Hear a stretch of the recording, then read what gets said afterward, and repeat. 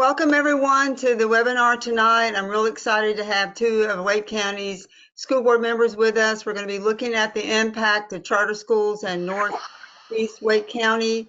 A conversation with Roxie Cash and Heather Scott tonight, and we're really excited to have them here. Welcome to both of you, Roxie and Heather. And I'll tell you a little bit about both of them before we get started. But Roxie is no stranger to Wake County residents. Roxie moved here in 1985. She is a pharmacist and she retired once and now she's back working again part-time over at Wakeland. But Roxie served on the school board between 1991 and 1999. She was urged by friends and community members to return to the school board in 2016, and she did, and she currently serves as the vice chair of the board. I think we have a little interference on here. I apologize. I'm not quite sure what's causing this this noise. Do you guys hear it? A little bit, not much. Okay, so if we may need to mute people in the background.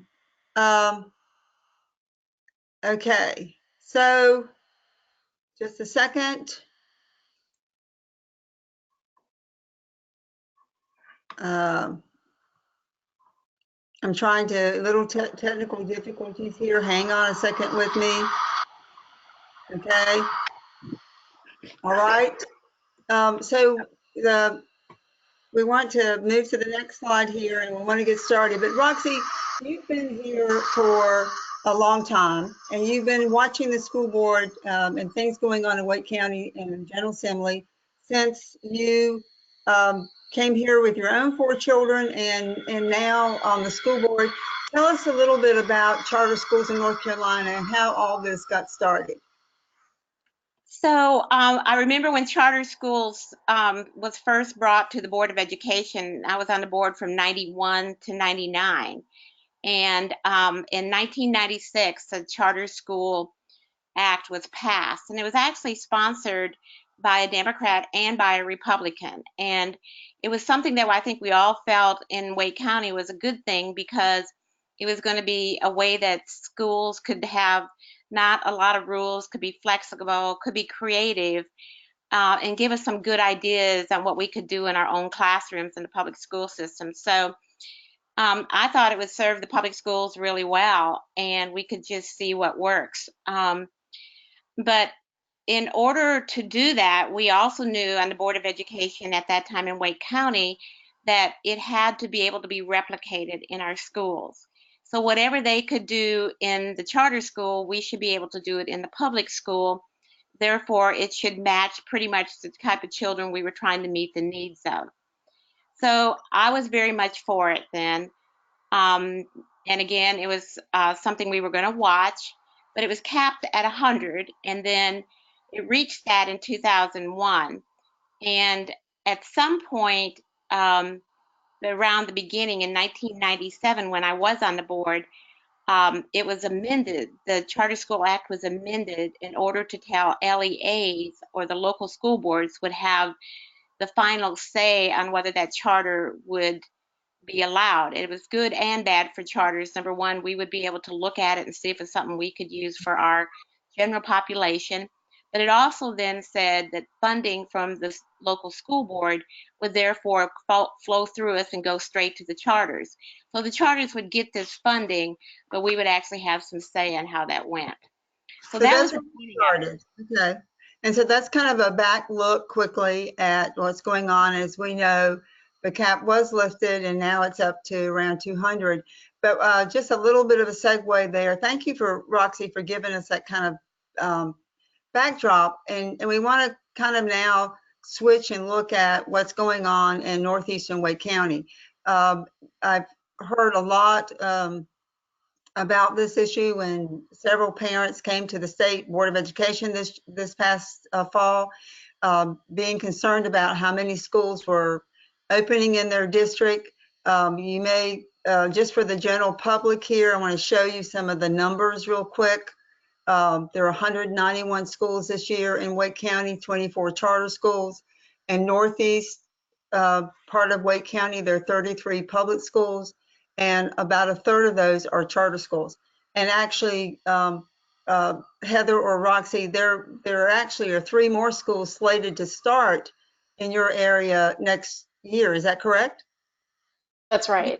That's Okay. right, in our area here. Actually tip you over, right? So you'll be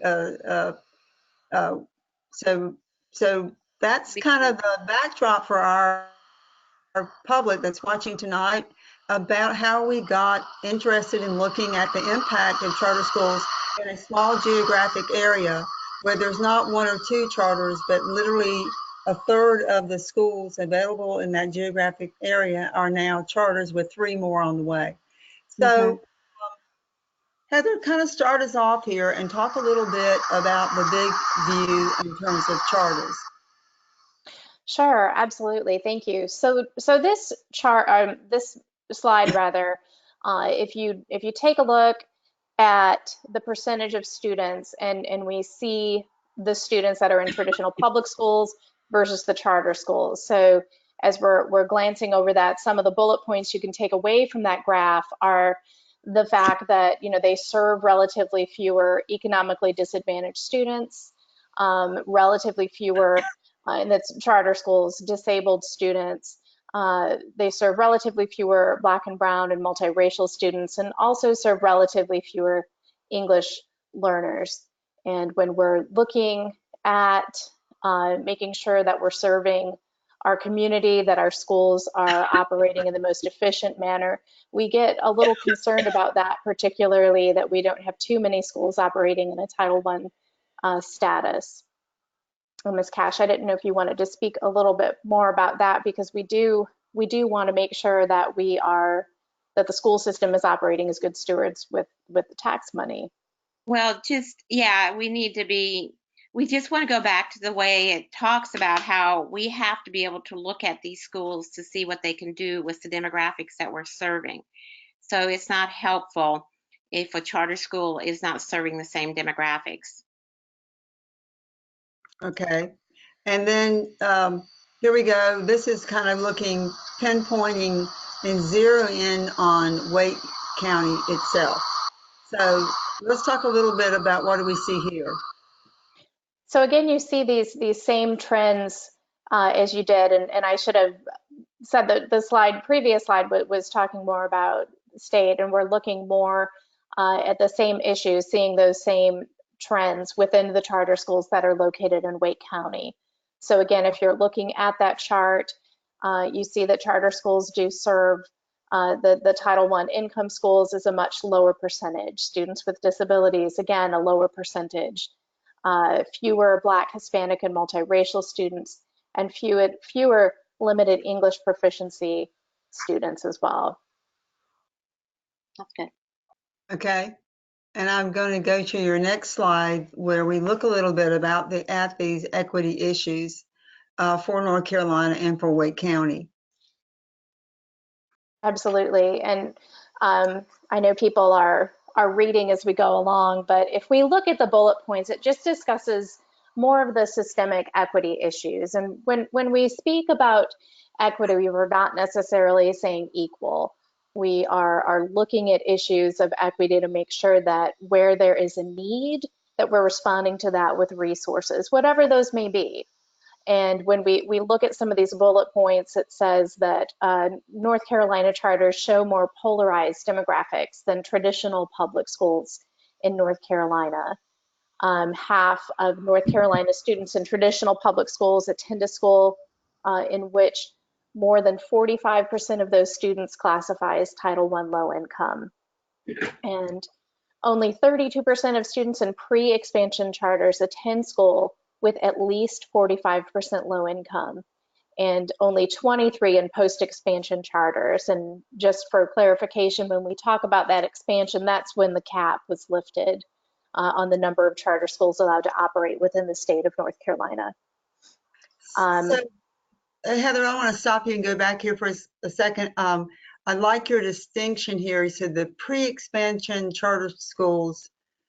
This data here is looking at pre and then post. So pre is like before the cap was lifted to allow, any number of schools to locate throughout the state and in Wake County anywhere they want.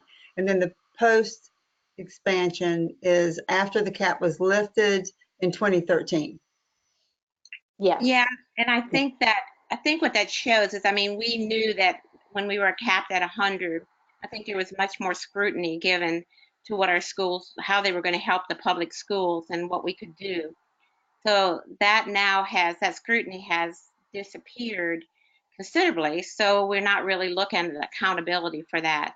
But also, I think when you talk about averages, when you look at North Carolina, when you look at Wake County, we, even as a system, we have some schools in different parts of our county that are not demographically the same as schools across the county. But if we have schools next to each other, they're all pretty much the same. So we want charter schools to match the demographics of the region that they're in. It's not so much whether they match the county, it's the region they're in. Okay, that's a very important point. And here's kind of further information about after the cap was lifted. And this talks a little bit about EVOS. Heather, can you give us a little bit more information on this slide?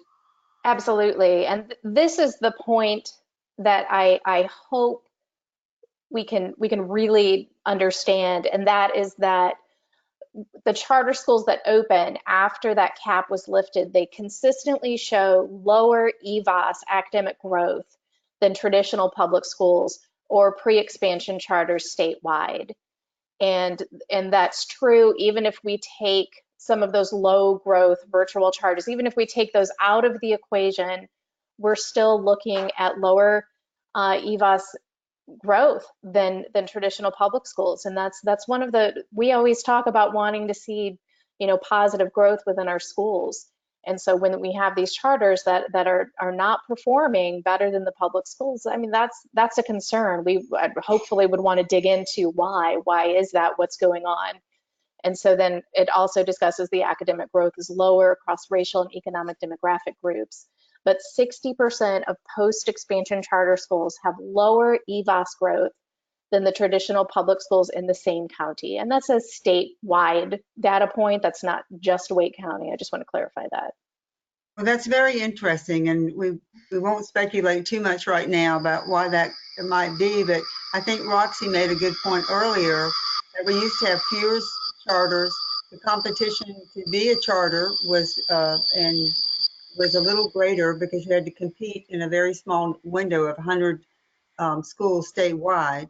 And so that perhaps was a built-in accountability that we've lost when there's no cap and there's no barrier to approving any number of charters for any number of reasons. So that'll be very, very interesting to look a little bit more into. But I think that's a very telling slide. So now we're going to move over and talk a little bit about funding. You Ms. want to talk? Cashford? You can start there. I've got a few things after you get started. Well, these graphs are yours. Okay, sure. So when we're looking at the per pupil operational expenditure levels, when we're looking at those, the state and federal differences are largely due to demographics. But you can see, and I don't know if there's a way to sort of to go in a little bit more on that, but the red line, we're looking at per pupil expenditures for charters, and the blue line would be your traditional public schools. And so I don't know if we can zoom in on First one is, those are tiny. zoom in here too much more than we are, but hey, we did it. Does that look a little bit better? Great. So when we're Mhm. And this is local, and I'm moving, the state is right here. But I think your point is when you add all the sources of funding overall, this is your last summary chart. Charter's red and the turquoise is the LEAs in Wake County. right. That's right. So when we're looking at that, we see roughly the same spending in some categories, and of course, federal funding is also, as it said, is going to depend on demographics in terms of Title I. When we think of where we get federal funding for schools, looking at Title I, looking at IDEA. Okay. So really, when we look at overall, the funding for charters and LEAs has really not been that different. Is that right? So that, but what they provide in services certainly is different. Yeah. Absolutely. And Ms. Cash, were you going to talk about this chart? I was going to let you talk about the chart per se with the numbers and things since you had put it together, but I had some, after you get done with this chart and the following chart, I'll go over Sure. Okay, thank you. Thanks for that reminder. Okay, so when we're looking, and this was the point where, for payment for services and it not rendered. So charters state per pupil expenditure was $167 less than LEAs in 2019. So that's minus 2.6%. Charters have a larger proportion of higher funded K-3 students. So we're looking at $50 to the gap. But if you think back to a few slides ago, we were talking about a lower share of disabilities, negative $88 for students, minus $51 in English learners. And those are the costs that are usually associated with serving those students. And that makes a real difference of $67 per pupil. And on the other hand, charters spend much less on CTE or vocational guidance counselors, remedial learning, and looking at $479 per pupil. So when we're thinking about getting the same money, but they're not serving the same communities, essentially what these two slides are focusing on. So what do you think is happening to the profit they're making? It's not going back into the school, but it's going into Those administrative, paying the directors or principals more, or perhaps making a profit. well, and many of those schools that are post-expansion are operated by companies, by educational management organizations that do operate at a profit. There was the article talking about leasing the land back at quite a high cost. The flip that happened, the very controversial charter school operator that the News and Observer shared an article about early last year. And so but the other problem with all of that is it's really hard to track this because there's not as much transparency within the data reporting of charter schools. It's hard to find out where is this funding going to. Discern where they're spending the money at. They don't have the same robust line item budget that the Wake County does, for example. That's right. Yeah, I think that the fact, back even when charters were first discussed, they talked about there was a point in time when legislature was thinking about doing different per pupil expenditure based on the needs of the child. So if you had a special needs child or you had children that had different challenges, we would be funded differently for that. But the state has never done that. So since every child gets the same amount of money per child, no matter what services they need, it goes to reason that a public school system that takes special needs and takes a lot more issues and puts counselors in their schools, their cost per child is significantly more than what a normal child, a child would be many times at the charter school. But the fact that even that if they are making profits and there's no accountability to the profit and where it goes, it just would not be a normal function of the state government over taxpayer money. Absolutely. And it really is, shows the strain that this puts on a normal LEA, a Wake County school district, and the strain it puts on local taxpayers because you have to make up that difference. Correct? I think That absolutely, and that was one of the most striking things last year when we were looking at unexpected cost involved with special education transportation. Many students with IEPs, special transportation will be written in where we use the smaller, like a taxi style, a smaller bus or a car, and that's an unexpected cost. If we have more of those. And since we were asking for that to be local, and it cost, whatever that total payment was, I can't remember off the top of my head. But after that was funded, we still had to write, roughly 8% of that total amount had to be passed on to charter schools. And I remember that just being striking to me, that knowing likely that they certainly did not have the number, if any, students that were receiving that same type of transportation. So every time in our budget items that we get something that we get from local dollars, lots of times it might be transportation, it might be something in food and nutrition, it might be something in counseling, no matter whether the charter school offers that service or not, could be transportation, we give them a part of our budget for them. So that service is not given by the charter school, but they get a piece of local dollars to do that service. So Okay, that is really important. I want to understand that very clearly. So you're saying that anytime children in Wake County are eligible for a Wake County enrollment into Wake County Public Schools, they go to a charter school. You're not only transferring over state dollars per pupil allotment, right. you're transferring over local dollars to those same kids, even for services they don't provide?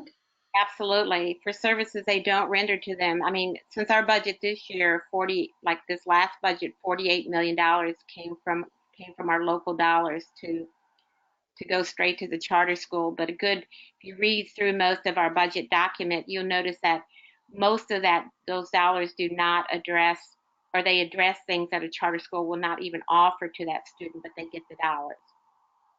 Well, see, I understand as just a tax-paying citizen and as a mother and a grandmother, I get the state allotment. If we're giving 4,200, we should give 4,200. I have no qualms with that. I understand matching local dollars that for services rendered. I don't understand is transferring local dollars, local tax dollars to a charter school that's not offering the service, yet they get to use that money, if you would, as a profit, not necessarily a personal profit, but a profit into that program at minimum. It So is, that and doesn't seem fair. That's not a fair leveling playing field. well, and there is no rules on how they use that money. Now, if we get money for transportation, we have to use it for transportation. Since it goes to them, since it goes to a charter school, they lump it into just a general allotment. So there are no rules or reasons on how they have to use that money, but there certainly is in the public school. Well, look at this chart that you have here. That's looking, I think these are statewide figures here, looking at the charter allotments, how they're lumped together. Wow. So that shows you some startling numbers here. And this is again one of those funding, when we talk about inequity in funding, I mean, this is it right here. Charter allotments are lumped, and so that funding, you can look down at the chart. So students with disabilities, even though they may not have that same number of students, they're still getting, when you compare the entitled allotment to the actual expenditures, that's what this chart is showing. So, and that's also when people talk about charters being able to operate with more flexibility, that allows them to operate more efficiently, but the public school systems don't necessarily have that same flexibility to do so. Well, I saw a question come in from someone. We usually hold questions to the end, but let me see if you think this is an appropriate time to ask this question.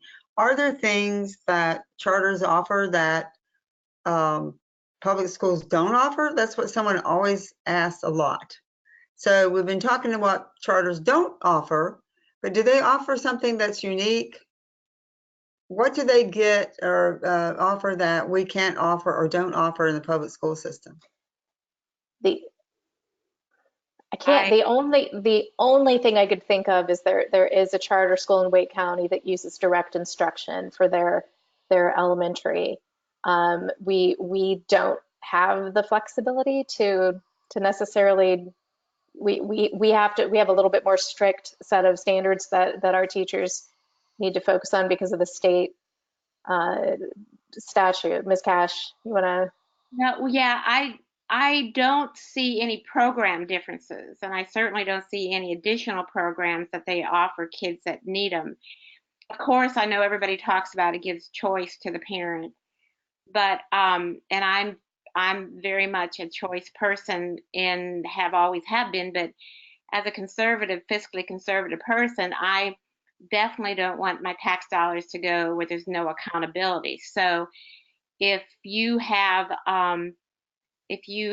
say you're doing certain things but you don't have accountable for that, I don't see anything that they're offering that I can see the dollars going to. So right now I have not found anything. If I could, I would, and I would recreate that if it was working well for the child.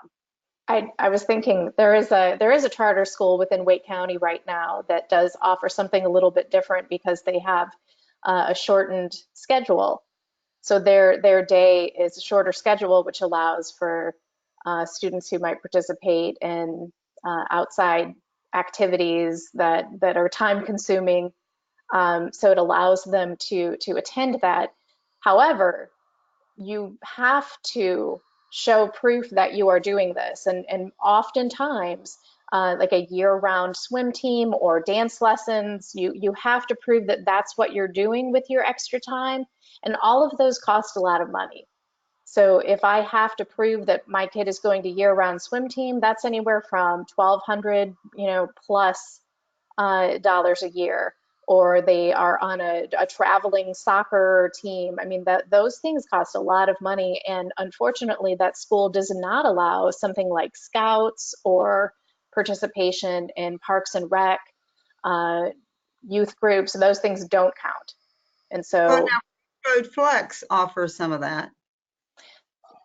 Flex It does. does offer it, but I don't think they require it. They Right. do. So let me just comment on the other side really fast. So what I see that that charter schools were set up for originally was to be incubators of innovative, creative things that we would transfer. So we see that that has long ago fallen off as a goal for a charter school. Mhm. And we do hear when you talk about flexibility, and that's one of the complaints that LEAs have. Give us calendar flexibility, give us flexibility during the day to allow us to start a little later, in before Christmas for exams, rearrange our blocks a little bit better. So what we've given charters is almost an unfair advantage. We've given them all these flexibilities. They don't have to have it. Half of their teachers are certified. So a difference that they offer fewer certified teachers, if you want to call it that. That is a difference they're operating under. But I do want to make sure we let people know that Crossroads Flex is a Wake County public school. It And is. But and this I school is a K-8 another charter one. that I was discussing before. Mhm. But I do Well, think let's go on to your next chart, because it's really good, because it really hones in on some of the things we've been talking about. It hones in now on looking at Wake County. So tell us a little bit about this information. And these are the kind of data that you guys look at all the time to make sure you're delivering, but also you're concerned about what's going on in the charters, because what happens when these kids don't do well in charter, or the charter closes down, or the kid is not successful in a charter? They come back to you, right? they come back to us if it's mid-year without the funding, but they do come back to us because we serve all children. So again, that's a push-pull between charter and public. Okay, so let's talk a little bit about this chart. What jumps out to you, Heather, that is really something we want to make sure the public sees here? I think the biggest thing is within those bullet points, that when we're looking at EVOS growth, wake charters have done fine, but doing so with a really large socioeconomic split.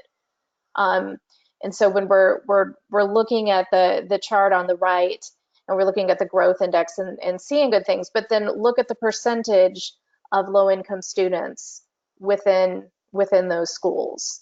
So some of the higher growth index, we're looking at substantially low income, where we're looking at less than 4%, less than 3% at some of these schools. And then we are seeing some growth within some of the schools that do have the charters that have higher low income. But that's, just even looking within those schools, that's a concern to me that we've got. I don't know if you're able to go back. There we go. Right. Looking at traditional schools having, 33.5% are Title I. The pre-expansion charters, that average of an 18.3%, post-expansion 16.6. And the high academic growth is really only seen in schools with very low poverty, and that's a concern at any school. I mean, that concerns me as an educator. It concerns me as a taxpayer. Well, and Go our ahead. school, our public schools are the face of our community. So if we don't protect our public schools, and I'm not against the charters at all, as long as they give us the ideas that we can use in our own demographics and they match the area of that county that they're housed in. But if we don't protect the public schools in our community so that they're just as equally able to do the same things, then eventually the community will not be what we want it to be in the long run. Right. This is a very interesting chart. This is a clustering you've been talking about when parents from your community came to the state school board and asked them not to approve additional charters. And tell us a little bit about what's going on here in these two areas. Well, the fact that, we've got Heather's district and my district that are up there in the northeast and the east, and that these 7 of these 11 schools have gone right up in the middle of these traditional schools, and they are not meeting the demographics, like I say, of that area. There's no way in their recruitment or in their applications, and we've looked at the applications, that they are going to actually bring these schools into the same type of percentages as the schools in that area.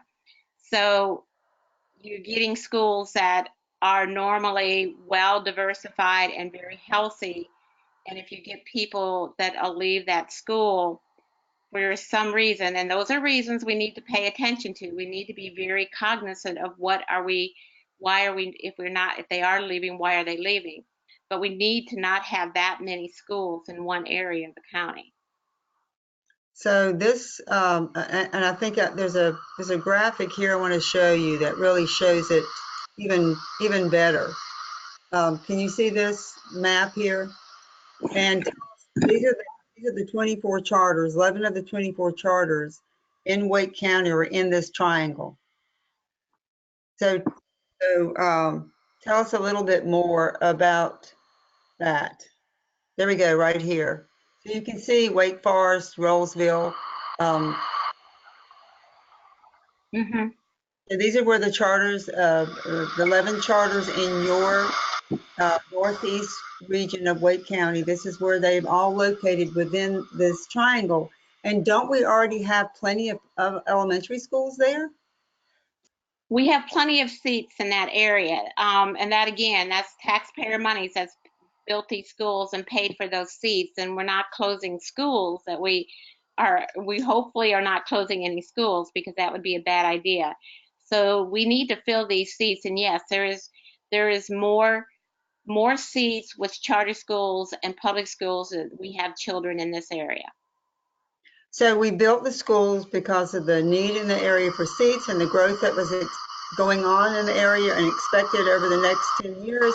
And now we've allowed a lot of charters to come in one area, and they're pulling kids out of those seats and leaving these schools under-enrolled.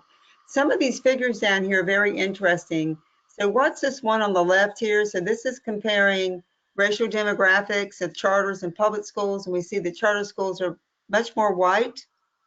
And that's particularly, that is just for Northeast Wake, so Right, in that triangle.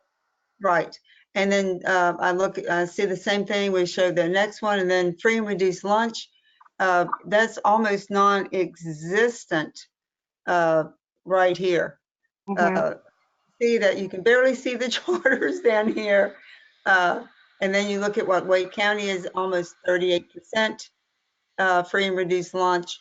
If we move this over, you see what's going on with the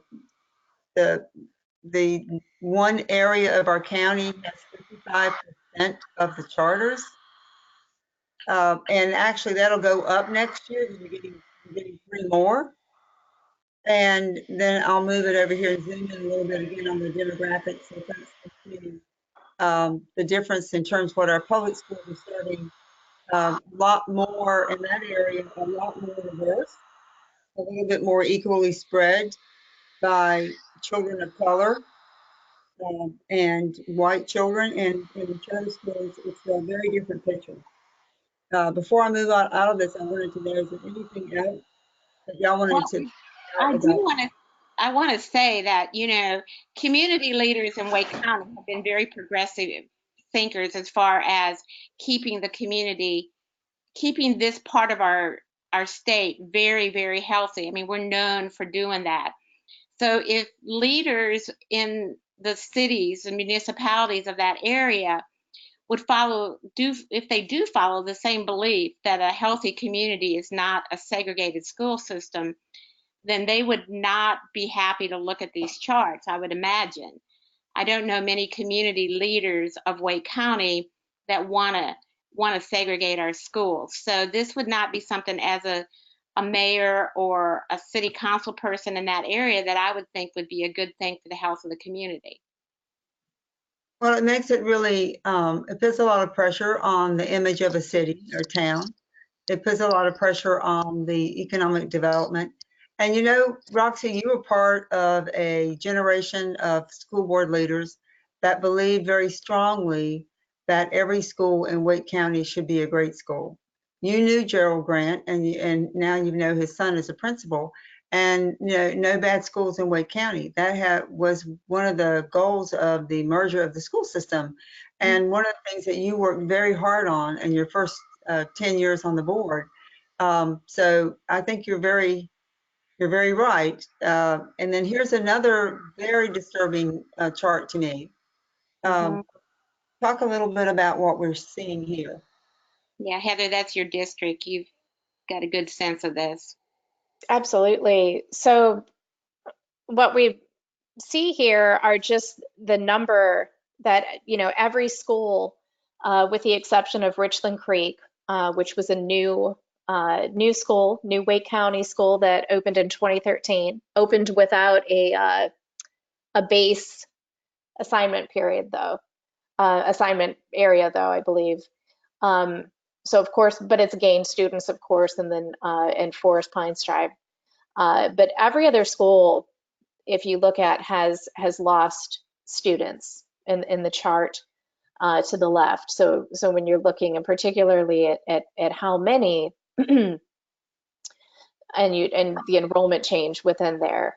I mean, that's one of the things that concerns me the most is, when we lose students from a school, I mean, we're not necessarily getting the same allotments that we would, for the number of students, and there's a fixed cost involved with operating a school. And then, the inability to exchange positions within budgets. I mean, it's extraordinarily difficult to operate a school efficiently if you're losing a student population. And as Ms. Cash mentioned before, I mean, yes, we want to know why. If people are leaving, well, why? What is it? What are the reasons? What can we do? And You know, what is the programming? What types of things are we looking for? Those are questions we do ask. We just ask them this week. We do want to know that information, but I mean, this is concerning. So we are losing students out in this area, and you know, as a board member, I get concerned about that because it means it's extraordinarily difficult for those schools to operate in an efficient manner. Well, and And I see something else here that bothers me a lot. I see that where we've gone in and we've done a lot of renovation in this area, we've built some new schools over the last 4 or 5 years, and now we've had this oversaturation and rapid saturation of charter schools in the last 5 years. So what if I'm looking at this and I am sitting on the school board and have limited resources for renovation and expansion of seats, new schools? And I see that here we have schools with the under enrollment. I'm going to have a hard time ever citing a new school in this area. So you we talk about couldn't, economic, yeah, couldn't. It right? certainly impacts our building program. We're not, if that areas are putting more charter schools in, we certainly are not going to be able to site new schools in that area, which is, again, not good for the community because I like choice if you're leaving to go to a school and you're getting something more or you're growing, which we're already showing that their scores are not growing. But, you know, to just leave to have a choice, then that's going to hurt the public schools for the future, and that's not what we want for our community. So we're allowing individual parent choice to really, in some ways, harm our overall school system. To perhaps it's out of balance. You know, it seems like we've gotten a little out of balance here, and I think that's what y'all have been talking about. Is that so? Here we are. We look at this chart, and you're trying to make decisions. You probably will not expand a school. You will not build any new schools. For the mayors and the Chamber of Commerce's, I'm sure that's not going to make them happy, the realtors, because No. we're not going to be prepared then for growth that may come. And these charters can close tomorrow. Mm-hmm. Absolutely tomorrow. You cannot. You are mandated to take every child when they show up. So this is a really quite a mess we're in my view, in terms of trying to accommodate some flexibility, program choice, and parent involvement and accountability of the school board system, as well as accountability of charters. We're in a mess. This is a good example of kind of an out of control or out of balance between what is fiscally responsible, how we spend our tax dollars, how we serve our kids, and allowing a few parents to exercise their choice to the point that they're undermining our public school system and perhaps jeopardizing its future in that area. So that to me is a very startling thing. Maybe I'm overstating it, and if I'm wrong in looking at this chart, I would appreciate you correcting me. You're not overstating it. And again, as I've always said, if they're taking a choice for good reason, I'm going to understand that.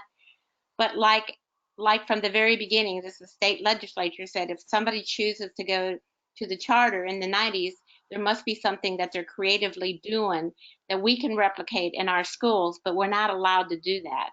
So I haven't seen anything to replicate yet, nor have we had the ability to be flexible enough to replicate it. So therefore, the purpose of what a charter is it's not what it was designed for.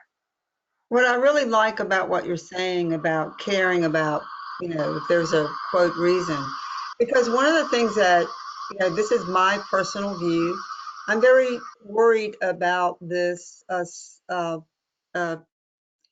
we've taken a unified system of public schools and we have sliced it up, vouchers, charters, traditional public schools. It worries me in terms of how we can spend our money, be cost effective, because I think we're not unified and we can't have the same standards and the same approaches. But Roxie, I really appreciate what you're saying. If a school's not meeting a kid's needs, let's find out why. And let's try to figure out how we can fix that. And if it's that we don't have the resources, let's get the resources. If it's because we're underfunding and we're not matching, you know, helping professionals, for example, in a school system, let's do that.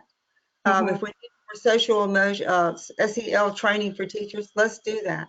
But it makes all those ways to fix those identified problems are harder to do when you're struggling for adequate funding and you're fighting over keeping your seats filled and then running your schools less effectively. So our Right. ability to actually fix what we need to fix is lessened by this diverting of public funds to 2 or 3 different places. You know, you can experience that in your own personal budget. You know, when you think about, do I want to you know, focus my funding on one area and fix this, or do I want to spend a little bit here and a little bit there and a little bit here? And your house repairs, you don't get very far. So this might be answering some of your questions. What do you think when you look at this chart? Heather, tell me what you see when you look at this green line that's gone straight up and now it's going straight down. I mean, absolutely. So when we're looking at these, again, the post-expansion charters, and this is specifically looking at those within that triangle area, and we're looking at the number, when we're looking at the racial demographics, you can clearly see in those post-expansion charters, the number of white students has greatly increased. And if you compare that to the traditional public schools, you will see that the number of white students has greatly decreased.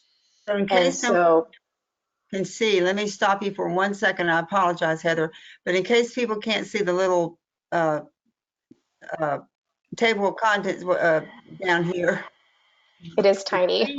green is white and Asian students. The black, the red line is Black Hispanic, and the blue is other. So you can see the green is white kids are going straight up. Before we opened the gate on all these charters, and now since we have this great number of charters in North East Wake County, we see that the uh, absolutely rapid decline in the number of white children who are attending your public schools there.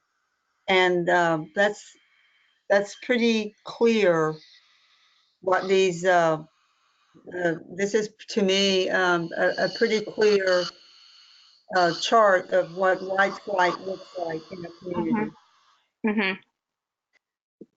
I mean, I don't know what else we would call that. And I think that that's really sad because what that means is that it's suspect um, uh, in terms of how that charter is operating, like either why that parent's leaving or how that charter is operating, meaning they are more serving more affluent, more white families, more middle class families. They don't have to have transportation as some low income kids do. They don't have to have, they don't require the same services. So it's really, we don't know what's going on, what the push pull is exactly, but we do know that this is dramatic.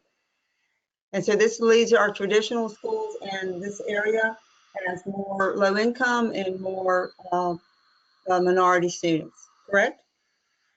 That's right. Okay. And so I love the slide here, Heather, that you put in the slide deck. What's the breaking point? So let's talk a little That's bit about what this is.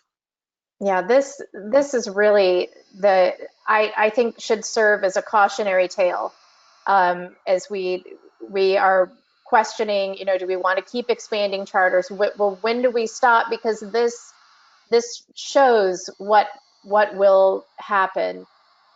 If you look at when uh, when Wake Forest Elementary over the years, uh, in 2014, when you look at their student population, the chart on the right shows a breakdown in the demographics, and you can see the number of white students decreasing each year.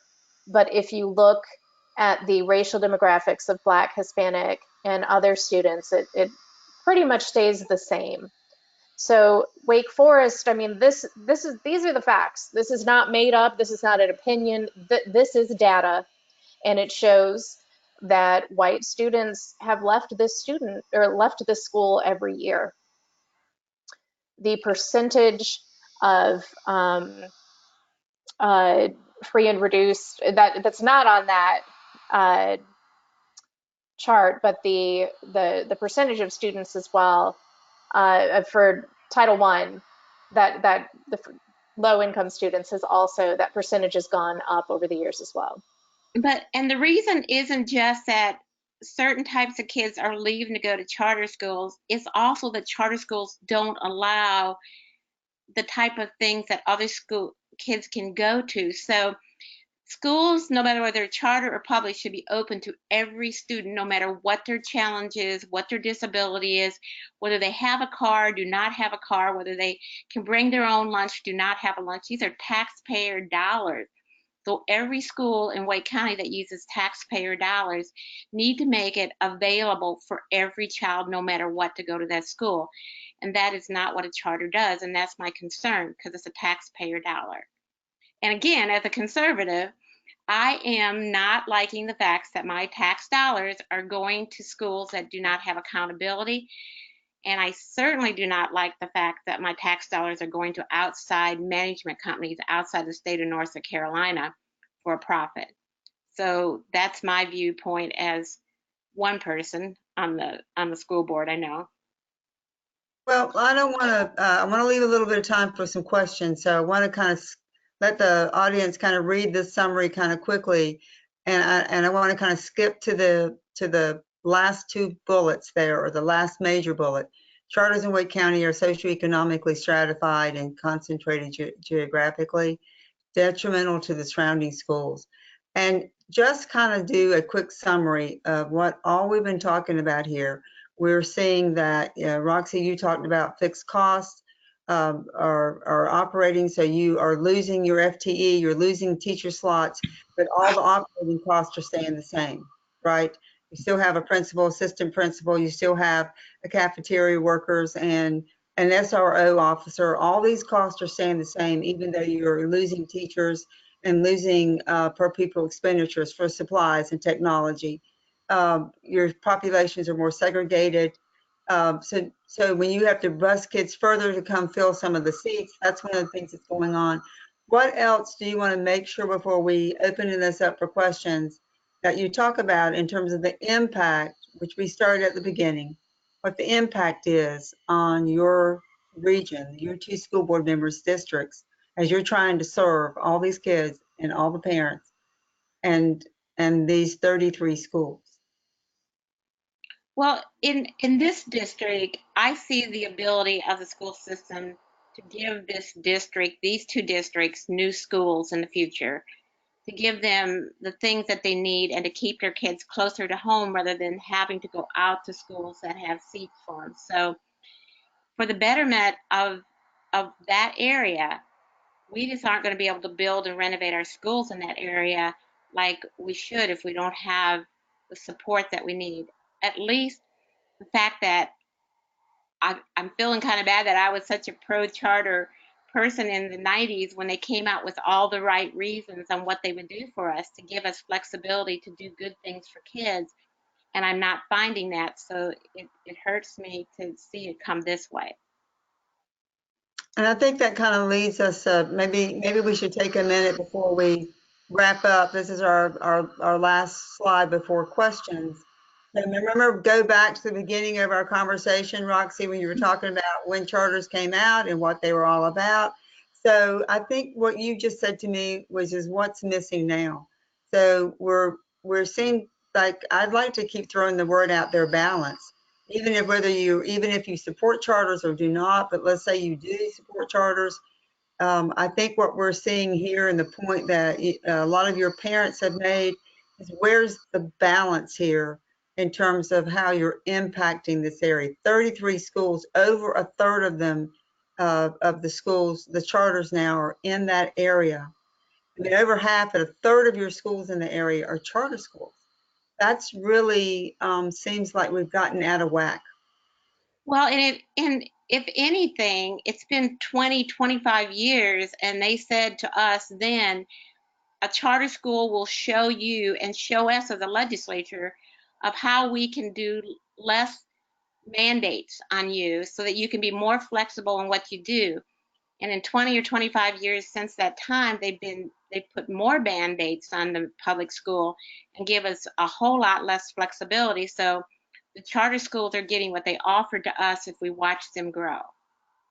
Okay, so I'm going to save a little bit of time here, and I want to switch over and see if any of our audience has any questions here, because I want to make sure that we don't leave them out tonight if they have some questions they'd like to ask. One of the things that that's coming up as an area is, how would you do you think that school boards ought to have the right to operate their own charters? Would that be a solution, or would that help the situation that we're in? Meaning, I think what they mean is that you would apply for a charter, just like charter schools do. I mean, other businesses do. You would be approved for a charter, and then, but it would be operating under the guidance of the school boards, I mean, the school system staff, and under the review by duly elected officials. Would that be a way to better allow flexibility and experimentation, and having some schools operate slightly different, but add that accountability from your school staff and add that governance by duly elected officials being involved in that? What do you think about that? The one thing that gives me pause, and this is what I've heard from several people who've analyzed what is best practice for policy when it comes to charter schools, and that's with the acceptance that charter schools aren't going away. So what is best practice moving forward? And in a county like Wake that's large enough that has the bandwidth to handle that, that type of suggestion might be useful. But from a statewide policy perspective, I think we had discussed that it might be best that LEAs have sort of veto authority to consider, the approval process of new. But from an operational standpoint, I think in some of our small rural communities that might not be best practice for them. So the flip of that is, some opponents here or some commenters are saying, why not just give flexibilities that the charters have to the school systems and let them make good decisions? They have a duly elected board that if they make bad decisions, we won't re-elect them. They have paid staff from the taxpayers' dollars for their superintendent. Why not give them the same flexibilities? Would that be? Well, we've been asking for that like I said, how long have we been asking for that? If I thought that was on the horizon, flexibility would certainly be helpful for the public schools. Now, whether that means charter and public are separate in that respect, I'd always thought of charters as being a partner with us to come up with creative ideas. So again, the fact that we're different entities is not what I thought charters would be. But we do need flexibility. I want to get this question in here. It says, is Wake County maximizing its opportunities as restart schools? Comment. Any comment on that? I'm trying to figure out what maximizing our opportunity would mean. What it means is, I guess maybe, how are the restart schools going, and is that something that's working well? Maybe we'll. Yeah, well, I think that's a great question. I mean, we have learned that our restart schools do well with the flexibility. I mean, Heather, you can make a comment on that. We've seen a few be able to improve their test scores in terms of a growth perspective. There was a school, Lake Myra in District 1 was a restart school, and then they were no longer at that status. And we don't want to put a huge emphasis on testing, but regardless, the state puts a huge emphasis on testing. So I think it's been, there has been success. I think that if the legislatures, I think it's strange that if the legislature says, you have a school that's failing, so let's give you flexibility, because they obviously must know it works to give you flexibility, because that's what they're giving the charters. I don't know why we don't just get the flexibility to make our schools successful to begin with. So wait I'm trying to, there's a couple more here, a couple more questions here. Someone is asking, I'm not quite sure it's a question or a comment, but the higher percentage of special needs per classroom, I'm not quite sure what that question is there. Just a second, let me go down and see. It says, now that the train's left the station, what can we do about charters? Is there anything we can do? Well, I think we need to pause and stop. There does need to be a pause on charter schools right now until we can get the State Board of Education to go back and review what the parameters were that we started, the statutes that they fall under, and then we'll know where the accountability. We have to get some accountability parameters in there. I like that suggestion, Roxie. Now, somebody here wanted me to say also, I have mad respect for Roxie Cash, and I appreciate her her comments. Another person says, I'm a fiscal conservative too. I appreciate that you're looking at how our tax dollars are spent. Here's a great comment. It seems that the post-expansion schools are far less unique than when it was more competitive. So any comments on that? It says the 3 new schools, how are they going to fit into this? Well, the 3 new schools in the area are all will all be operated by EMOs. They're all none of them really seem to, from meet any of those 6 statutes either for what charter, the purpose of charter schools. Okay, and it says RCEAS is still under enroll. What is that? Why is that? Rolesville? That's Richland Creek Elementary School. So that's one of the newer schools, and it is under enrolled. I hear different reasons for that because it's a traditional calendar. I hear parents say they'd like to have a year round, but we don't have the flexibility to just make it year round. We can't do that. And we only make schools multi-track year round if there's a capacity issue at the school. I mean, I think that is one school that's probably been impacted by charters quite a bit. Don't you believe? I mean, Heather, you know better. I think that's prevented from growing at the rate that it was expected to. It was built there for a purpose because there was explosive growth in the area, and with the expansion of charter schools just popping up that frequently, it has not. And we try to build our schools on a 7-year plan. So if we're trying to project our population out based on the developments, and we don't know a charter school is going to come, nor do they even have to really go where they say they're going to go, it's pretty hard for us to project how we do our building program. So projections are off because of this, and there needs to be some control over where they are. Mm-hmm. Here's a question. If Wake County can't turn a school around, what options should parents have? So I guess that's their, if they think that Wake County's having a hard time with your restart schools, what does that leave parents? Well, I think that's a legitimate question. I think that's something that we as a board and our administration need to be very cognizant of. If we have a school that's been struggling for a while, we need to fix it. We need to fix it, or at least change leadership. We need to do something different for that school. But that's a good question. That's our job. We need to do that. And that's something I know that Roxie and I have both asked that question, at the board table, from student achievement committee meetings to work sessions. That's something that we ask, like, well, what, with the elementary support model, was that a success?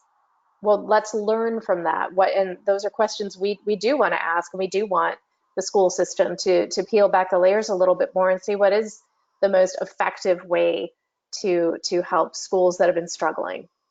Well, that's a good question. I agree with that question. Should magnets have open lotteries like charters? Well, magnet school funding, we have to be mindful of the population that they're serving. Roxy, do you want to talk? I mean, and we also we provide transportation over the county to our magnet schools, so we got to have a little bit of control for efficient transportation.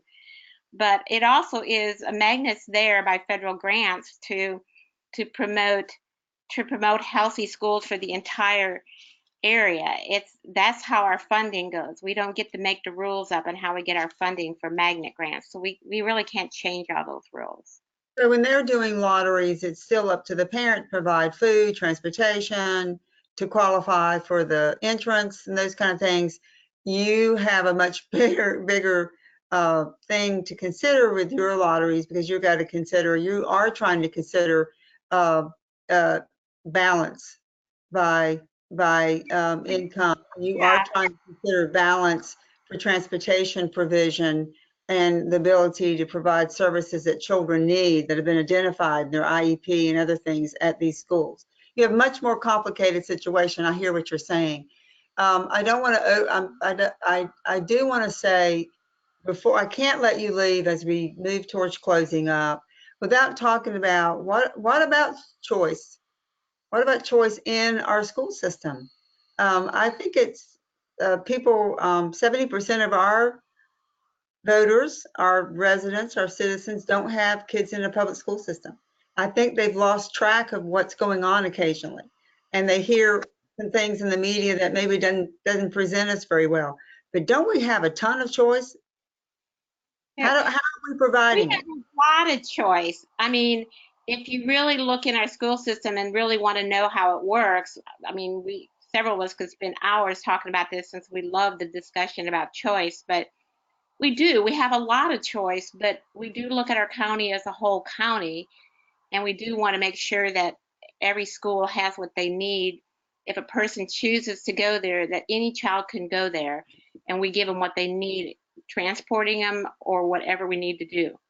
You have magnet programs, you have, calendar programs, you have programs that are year round, you have programs that have late starts. I mean, you have trade programs that aren't magnets that have programs. Yeah, we have. CTE has really grown a lot in Wake County in the last 5 or 6 years, wouldn't you say? Yeah. You have CTE at how many different high schools now?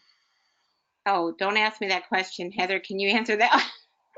All of our high schools have programming. They may not all have academies, but I just want to add to that. I was reading a lot of Bruce Baker today, and one of the quotes that I wrote down was, he said, policymakers have adapted a platform of choice as a substitute for equity and adequacy. And I think that, from that efficient use of taxpayer money, I mean, that's what concerns me. That we of course want to have choice within the school system, but when we're looking at two, dual systems using the same tax dollars, I mean, we've got to consider equitable experiences for all of our students. Yeah, we would never give choice to hurt another school. We got to be careful of that. That's the beauty of a big school system. Well, and one of the things that back in the day, we had several organizations in our area that were very loud about being cost effective, not wasting tax dollars, not having empty seats. Why are you have these empty seats here? You want to build a new school. You need to fill your schools up at over capacity. And here we seem to have kind of put aside these issues of cost effectiveness. But I would also say that we don't want to end by saying that cost effectiveness is the only thing that matters. The fact that we have a lot of kids who are leaving and going to charters and not being served, that is a real key issue here. And when those kids go to charters and they're not being served and they come back and they lose a year or 2 years, that's a child's life time that doesn't come back. And as someone who cares deeply that every child has a free, sound, basic education, I'm very concerned about what's actually going on in some of the charters that are doing no better or actually doing worse. We do We have some charters that are being successful, and kudos to them. But for a majority of the charters are doing no better, or they're not doing as well. And so that's not how we are serving the children of our county.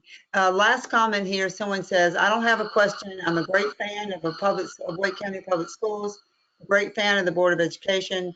I congratulate these two school board members for having the courage to come tonight and talk about what's going on in their districts. So I concur with that. Any last comments from either one of you that you would like to make before we sign off tonight? Any closing comments from you, Heather? I just want to be sure that people are always open discussing this with me. I like to talk about these things, and I say hopefully my district knows I like to talk to them, period. But I do want us to keep this open dialogue. It's not a one-way street. Go ahead, Heather. Absolutely. And I am Heather, not Roxie. Yeah, We had a problem signing in there. I couldn't agree more with that Roxie. With having an open dialogue. In fact, I advertised this on Twitter this evening, and there were several harsh comments right away, but there was someone who doesn't hold back their criticism of the school system at times, but they asked some really great questions and brought up some really great points. And we have to have an open dialogue and say, look, we've got to come together and figure out what's the best way to educate all students, period. That's my passion. That's my heart. I want every kid to have a great opportunity in school. And it means answering some hard questions, but we can't do that unless we come together around the table and talk. That's right. Well, and in that spirit, I totally agree. And I'm going to ask our audience and the folks who will watch this when it's recorded and posted later to do that. Connect with us and stay informed. Great Schools in Wake, and you see the Facebook, email, Twitter handle right there, First Public Schools First, NC. We have a lot of information about public education issues on our website, a lot of information about vouchers, private schools, charter schools, public traditional schools. And we invite everybody to go on our website, join our Facebook page, get informed, stay engaged, have a dialogue. See if you can come up with a better way to do any of these things. The thing that we do know is that educating children today is very complicated. We know that more than ever that we have children coming to schools with a greater amount of social and mental anxieties. We know that mental health issues that are prevalent in our young children. We know that the second leading cause of death for children in middle school and high school is suicide. So we know that we have some big challenges to have a safe and a healthy school climate.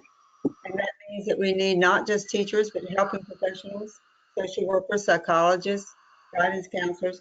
These are services we know are very important for children, and we know that they're often missing in charter schools, so that bothers me too. But I want to say thank you from the bottom of my heart. This is not an easy thing to talk about. I'm sure that you're going to get some people that congratulate you and some people that will criticize you. But I appreciate that you're willing to come on, open the conversation, put some data out there, and let people contact you and have a dialogue with you. So good night, and thank you both, Heather and Roxie. You have done an amazing job. The information you provided has been outstanding, and I congratulate you on bringing that information to us. And we hope that we can have this conversation again. Perhaps you'll come back again and do a follow-up. We'd like that, wouldn't we, Heather? Yvonne, thank you. You're always good about bringing two sides of every subject together.